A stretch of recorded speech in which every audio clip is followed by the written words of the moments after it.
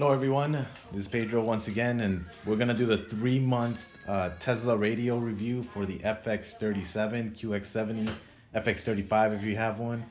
So I'm going to talk about the things that I found in the last 3 months of using this radio and some of the things that I like, some of the things that I don't like. I know the last video that I did was the 1-month review. It wasn't that great, it was zoomed in. So this time, to avoid any errors, I'm just going to record the whole video straight through. So I'm not going to flip the video or anything. We're just going to go straight out the door. So bear with me while we do that. Know your screen hasn't gone dark. Just walking to the car here.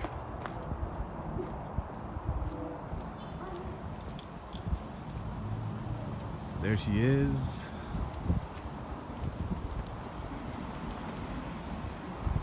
And here's the radio. Very peaceful inside. And this is basically what the view is once you start up the car. That logo, I put that on myself. It isn't the best logo. I would suggest finding a better one. I will have to create one myself, and I might post it as a link at the bottom of this video if I make one. This is what you're seeing right now, is how long it takes to boot. As you can see, there are no lights on. I think the last time I made a video, I mentioned something about a key light being on there. I don't know what had happened last time, but it actually just went away on its own by itself. I haven't done anything to the keys. So when it comes to what worked with the car before I installed this radio, there's really only one thing that is no longer here. And that is, of course, the TPMS readings. That's the only thing that you don't see. So the readings you don't see, but you still see if you have low temperature, low pressures in your radio. Sorry, low pressures in your tires, because the tire pressure monitor light will turn on, but you won't see the gauges. So you won't see if it's, 40 pounds, 40 psi. You won't see any of that. And quite frankly, it's not that big of a loss. This right here is the home. One of the other things that I have noticed as well is that these lights down here, they're very dim. So if you turn on your rear defroster, it's on, but you can barely, if at all, tell that that light is on. I mean, you can see it from the camera. It's on, but it's very dim, so you really can't use those to tell if your rear defroster is on. But everything works, and that's awesome. So it does connect to the radio, to whoever was using it last. It's kind of annoying because it's very difficult to unhook the person who was on it last. I haven't figured out the way to do it yet.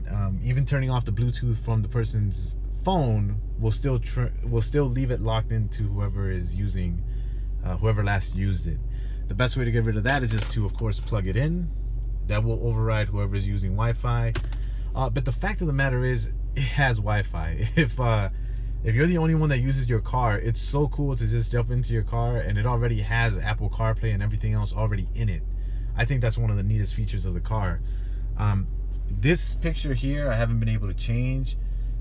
As well as the time, I don't really like the display here, but it is what it is. It still works very well. You can still listen to your radio. You can still listen to your music, and this is off an SD card. I have some older songs in there. I always like to press home just to bring it back to this screen. Less colors there. You also have videos. If you have an SD card with videos, it will play them. And I just happen to have quite a few of them, so it does take a while to load, but it will be there. So yeah, so as you can tell, there's a video there, and it's a music video, older one.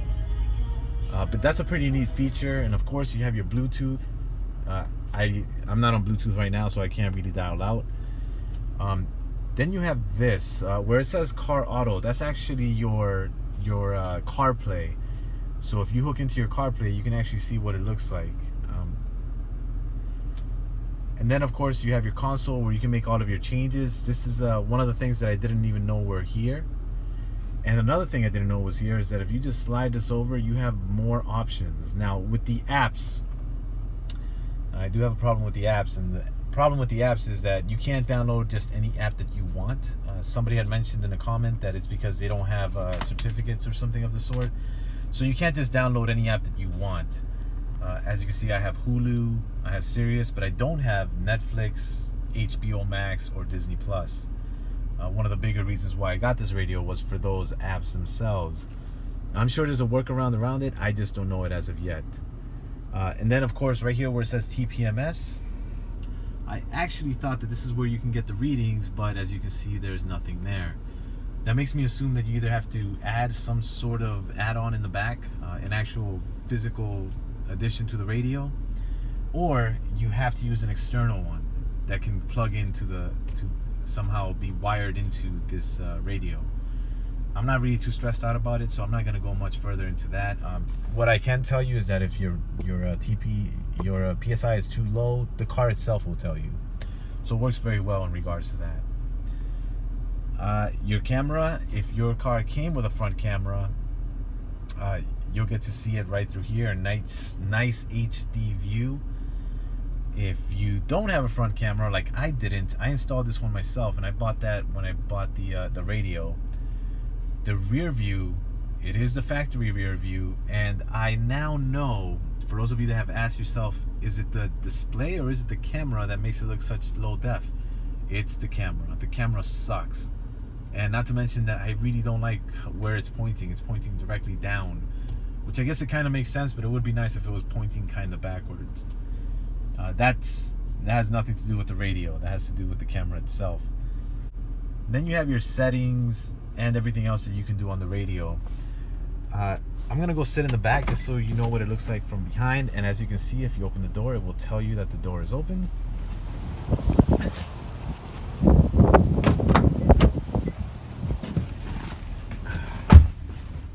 From behind, what you will see is this, and I think it looks pretty cool.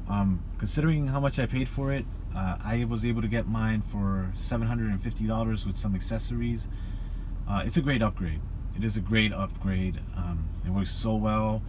The CarPlay is seamless. When you plug in the CarPlay into the USB Lightning cord, it also works very well. My girlfriend enjoys it. She loves sitting in the passenger seat watching movies and things like that. But overall, the real reason why I got it is to upgrade this beautiful car. If you have an FX37, a QX70, an FX35, you know that in today's standards, it's a little outdated. And the radio was a big part of that. Even in 2018, it had the same radio as the 2012. So getting this upgrade really makes the car much more modern from the inside. And it works with everything inside. It does require some settings to be manipulated in order for them to work well. And that's, I'm not gonna lie, I think that's gonna be more work than most people are willing to do, but you can do it. It just takes a lot of trial and error, and that's what I have to do here. Phoenix Automotive will help you with some of the things that you run into, but they won't help you with everything you run into, especially if you're trying to modify something such as that picture there. That's not my car. I haven't been able to change that. I know there is a way to change it because I changed it into something uglier before, and then I had to revert back to default. And also the startup screen, as you saw, it said Infiniti, but before that it said Android. They're just little things.